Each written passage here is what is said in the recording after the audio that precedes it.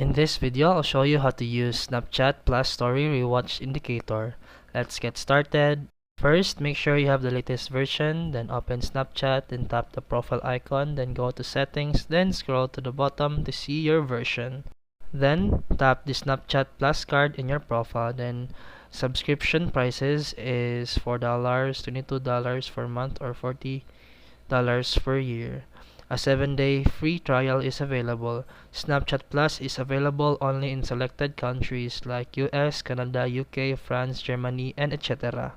To enable story rewatch count is go to profile, then settings, then Snapchat Plus, then toggle story rewatch count on.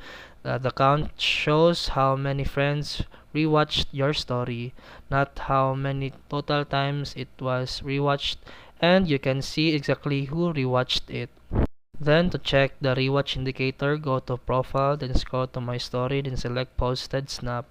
Look for the eye or the two eyes icon in the lower right corner, then the number beside it is equal how many friends rewatched your story. Then tap the icon to see the list of friends who reviewed it, but not who rewatched it. And that's it for today's video. If you found this helpful, please like and subscribe for more videos. See you in the next one.